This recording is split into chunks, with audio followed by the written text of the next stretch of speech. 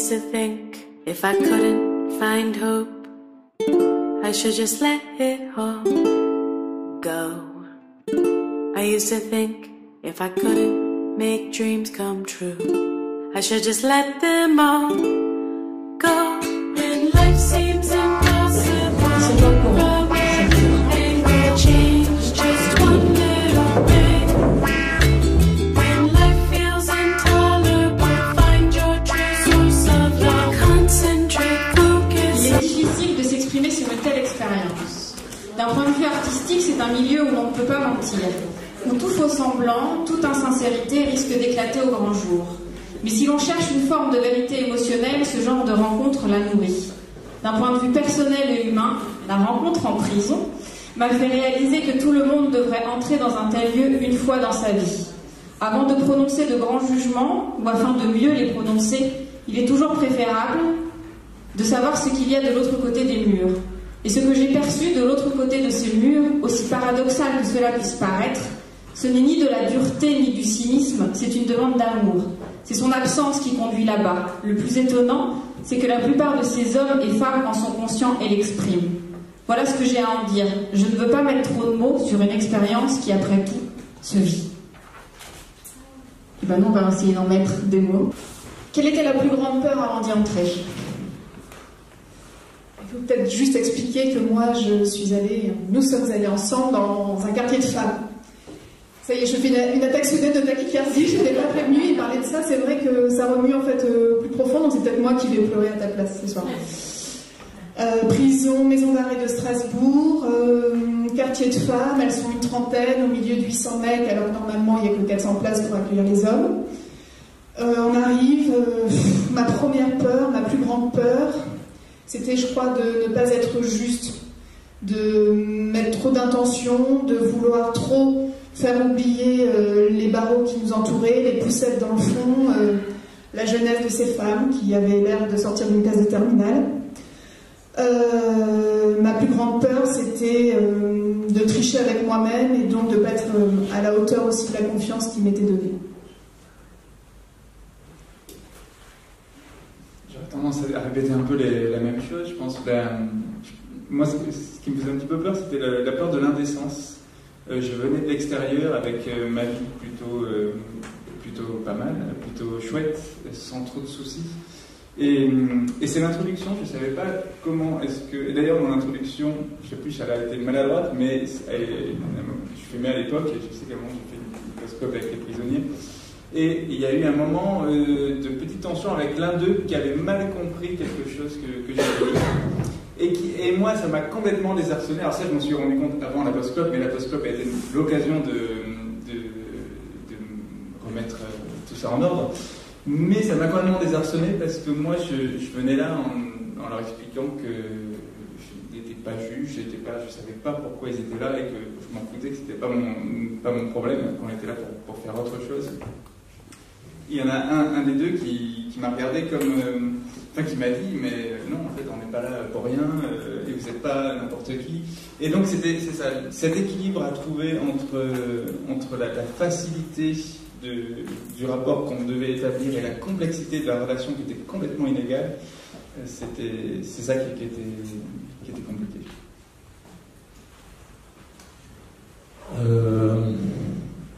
Moi, c'est un petit peu particulier parce que j'ai exercé pendant des années un métier qui fait qu'on va de temps en temps en prison. Donc j'ai eu une expérience de la prison, pas comme les prisonniers que j'ai rencontrés, mais enfin qui a été... Et si tu me permets de remonter rapidement un tout petit peu plus loin, et pour revenir à la boîte à questions, parce que ça m'a fait penser quand la boîte à questions tournait, quand j'avais 20 ans, j'ai monté une expédition pour faire un premier contact avec une tribu indienne en Amazonie. On était 3 et on est parti 8 mois en forêt, et c'est l'époque où il n'y avait ni Internet, ni téléphone portable, ni GPS, donc on a amené chacun 2 livres pour 8 mois. Moi j'ai amené, ne me demandez pas pourquoi, sans doute parce que les textes sont courts, l'anthologie de la poésie de Georges Pompidou et SAS à Bogota. Et on a malheureusement fait un naufrage au bout du 3e mois. On a sauvé ce qu'on a pu sauver et j'ai sauvé SAS à Bogota. c'est le livre que j'ai pu récupérer. Et il se trouve qu'à la fin de cette expédition pour laquelle nous n'avions aucune autorisation, nous avons tous fini en prison en Colombie, un peu plus de 3 semaines, et que les geôles colombiennes étant humides, surpeuplées et pas très agréables, je reviens à la boîte à questions, c'est sans doute le livre que j'ai le plus lu, parce que j'ai dû relire SAS à Bogota. Ce qui est formidable dans SAS, j'en prends toujours un quand je suis en reportage, parce que on est en général dans des conditions difficiles et malcolines, j'ai toujours bien habillé, il y a de la vodka fraîche, il y a beaucoup de jeunes filles, enfin bref. Littéralement, ça vous permet de vous évader de prison. Et quand tu m'as proposé de retourner en prison, alors que je n'y avais pas été depuis de nombreuses années, c'est ça que j'ai trouvé formidable, c'est qu'il y a des librairies, il y a des bibliothèques dans les prisons françaises, et que des auteurs aujourd'hui rencontrent les prisonniers.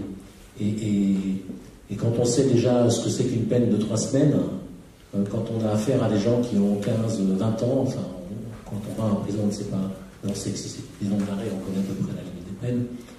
Voilà, c'est ça qui m'a... Pour moi, c'est quelque chose que je vis sans doute différemment des autres auteurs, parce que j'ai l'impression de rendre ce que j'ai vécu personnellement, quoi.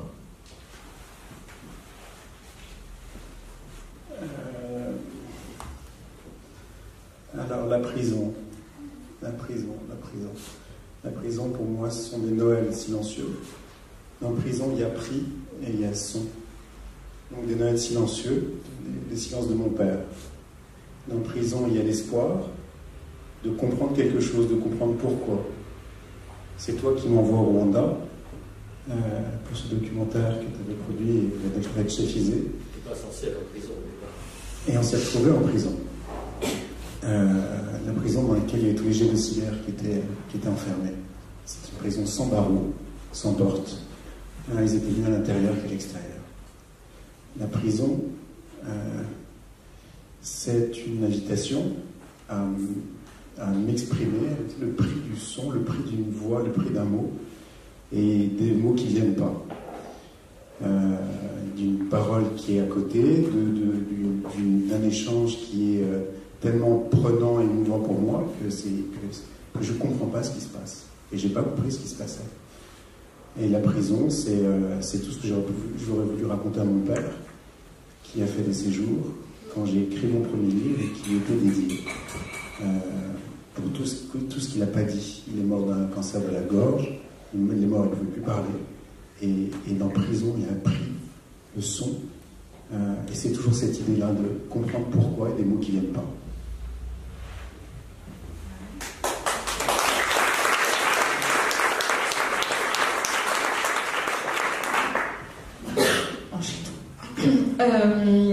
Ce qui vous a le plus surpris pendant ces rencontres-là, cette ou ces rencontres? Non, il n'y a pas d'ordre. Ah non, mais pas du tout.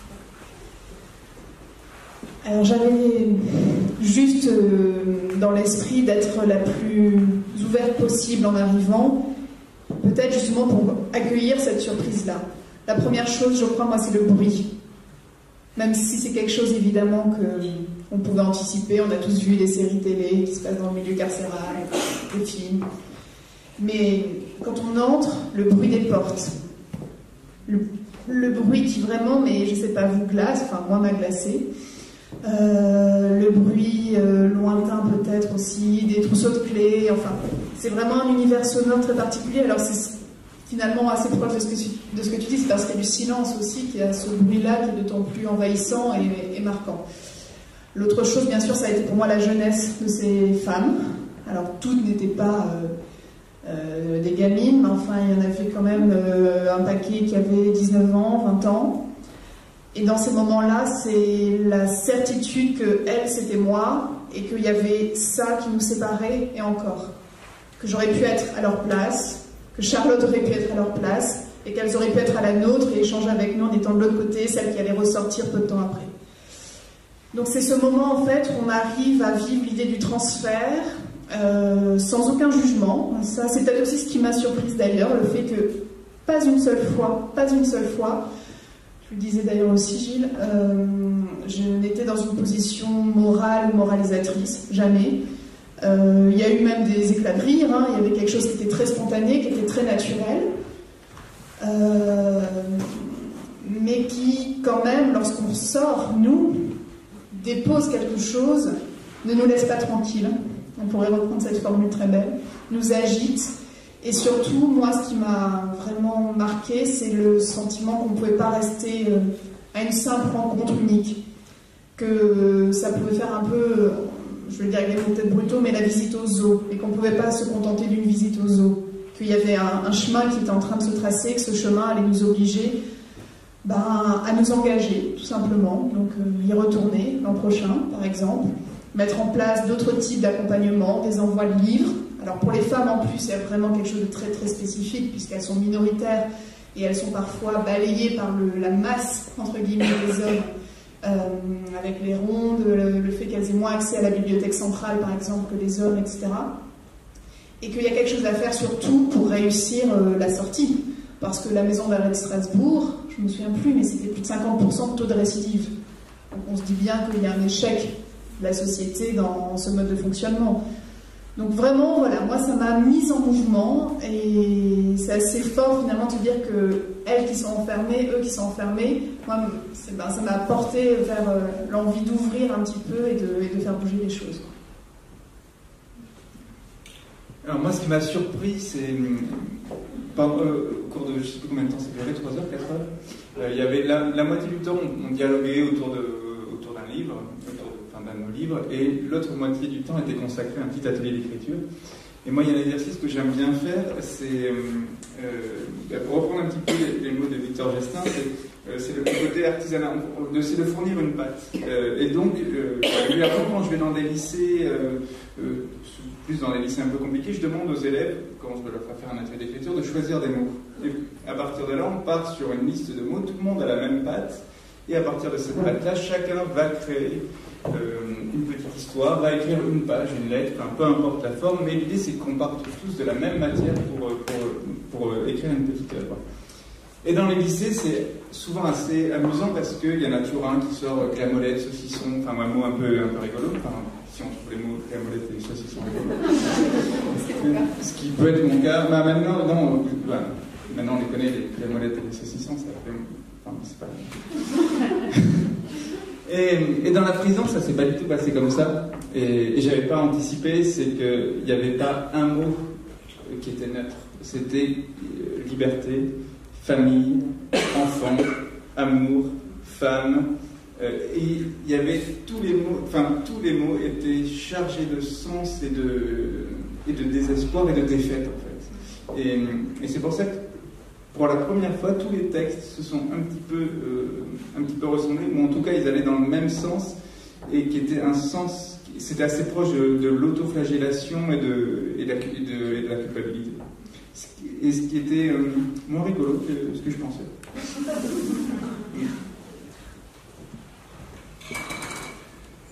Moi, ce qui me surprend toujours le plus, c'est d'abord finalement...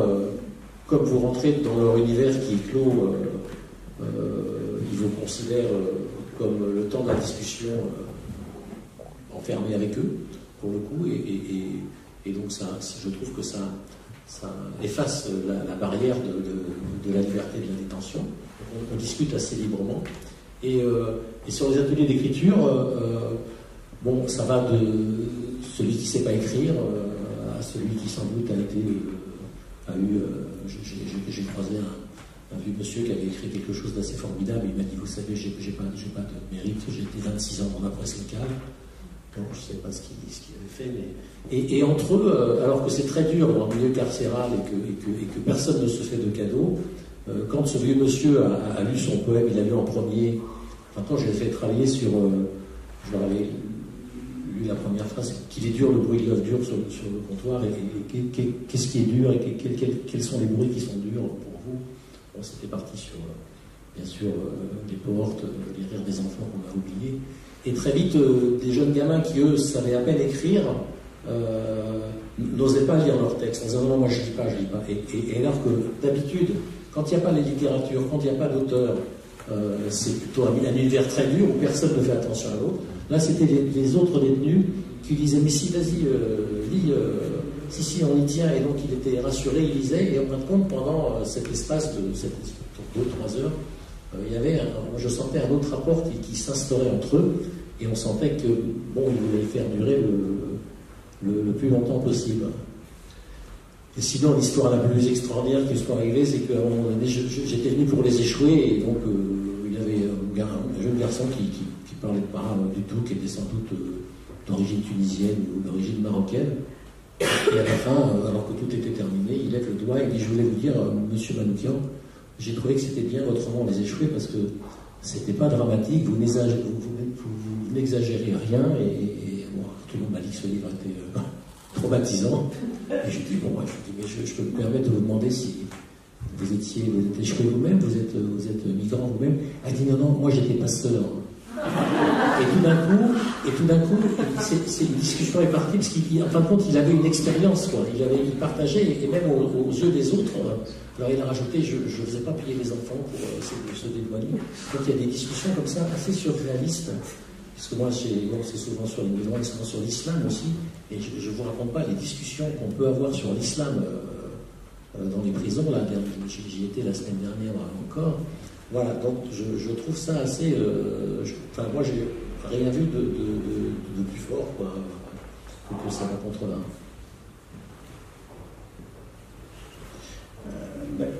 Alors, en prison, le souvenir fort. Le souvenir fort, c'est toi. Le souvenir fort, c'est vous. Le souvenir fort, c'est l'évidence. Dans une prison d'arrêt du Mans, il n'y a que des hommes. Ok, prisonniers. Mais les seules personnes qui vont les visiter sont les femmes. Les visiteuses de prison. Les visiteuses de prison, c'est ça, les visiteuses. Il n'y a que des femmes. Dans notre souvenir fort. Que des femmes. Allez, on va faire pas la petite question dans la boîte, mais si vous devez...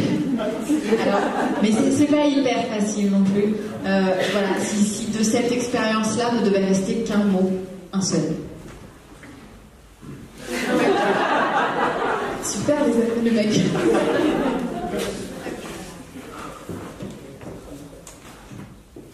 Soit je joue le jeu et je donne vraiment un mot, soit je fais un petit peu comme notre concert tout à l'heure en disant que choisir, définir, c'est enfermer et que j'ai pas envie d'enfermer des gens qui le sont déjà. Je vais essayer de jouer le jeu. Rencontre.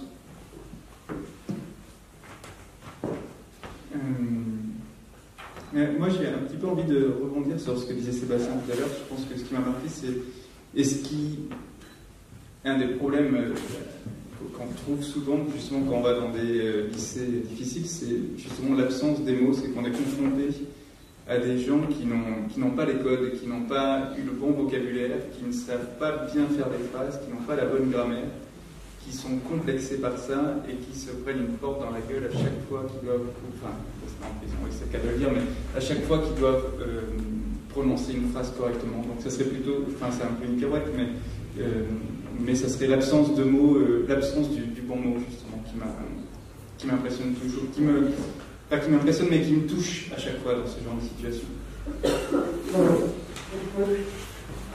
Moi, c'est pas le bon mot, je ne le trouve pas, mais ce serait la tolérance, parce que on entend souvent des gens, et on comprend, c'est souvent des victimes, c'est souvent des parents de victimes, dire il n'a pris que 10 ans. Et quand on passe 3 heures en prison, on sait ce que ça veut dire 10 ans. Même si ça peut sembler une peine légère par rapport au crime, mais 10 ans, c'est interminable. C'est-à-dire que... Et donc voilà, ces séjours en prison, ça vous fait comprendre que la privation de liberté, c'est ça la peine. C'est passer après l'ouverture à la culture, l'ouverture aux gens. Et vous voyez bien que dans leur regard, ils ne demandent que ça. Ils ne demandent que rencontrer des gens qui viennent d'horizons différents, parce que à un moment donné, ils vont retrouver le monde, et qu'il y a tout un travail qui doit être fait pendant ces très très très très longues années quand même si certains estiment que les peines sont petites. Alors moi je reste dans mon obsession hugolienne. Et Gabriel, tu me diras si je me trompe, mais prison, Victor Hugo disait arrêtez de construire des prisons, construisez des écoles. Voilà. Merci. Merci d'avoir joué le jeu. Je vous ai pas surpris, je suis désolée. C'était pour garder, voilà, ce côté, je crois, d'émotion qui traverse ces rencontres-là. Je vous invite à aller aussi sur le blog des 68, il y a des textes, notamment de Pierre Théobald. J'avais prévu d'en lire un, mais je suis pas sûre que je vais y arriver. Donc vous irez lire. Je vais juste lire. Odile Doutremoncy devait être là, et puis Bruxelles, c'était compliqué. Donc elle a fait aussi, voilà, une petite bafouille sur son expérience en prison. Je vous la lis, et puis après, on rouvre les portes derrière, on rouvre les bouteilles et tout ça. Ouais. En prison, j'y suis allée à la fois pleine de curiosité et d'appréhension. Comment donc se positionner en tant que femme, écrivaine, être humain, libre de ses mouvements, face à ces hommes condamnés, potentiellement dangereux et isolés de la société? Comment leur parler d'une histoire qu'ils n'avaient pas forcément lue? Comment capter leur intérêt sur un travail d'écriture alors que certains d'entre eux ont à peine fréquenté l'école? Comment aborder le sujet de la littérature si prétentieux à bien des égards? Comment sembler crédible à leur raconter l'histoire d'une histoire alors même que leur vie est un drame bien réel? En les quittant, 3 heures plus tard, j'ai eu l'impression d'avoir vécu l'une des expériences les plus riches de ma vie. C'est fou ce que l'écriture a de ressources. Je le savais, mais j'ignorais à quel point elle pouvait rendre fière. Et je ne pense pas à moi en écrivant cela. Je pense à cette vingtaine de condamnés qui ont passé de longues minutes à tenter d'écrire, à leur tour, un peu de leur vie pour la lire ensuite à haute voix devant tous. Et ce fut un moment rare et précieux. Ce que j'ai emporté en les quittant n'a pas de prix. Merci.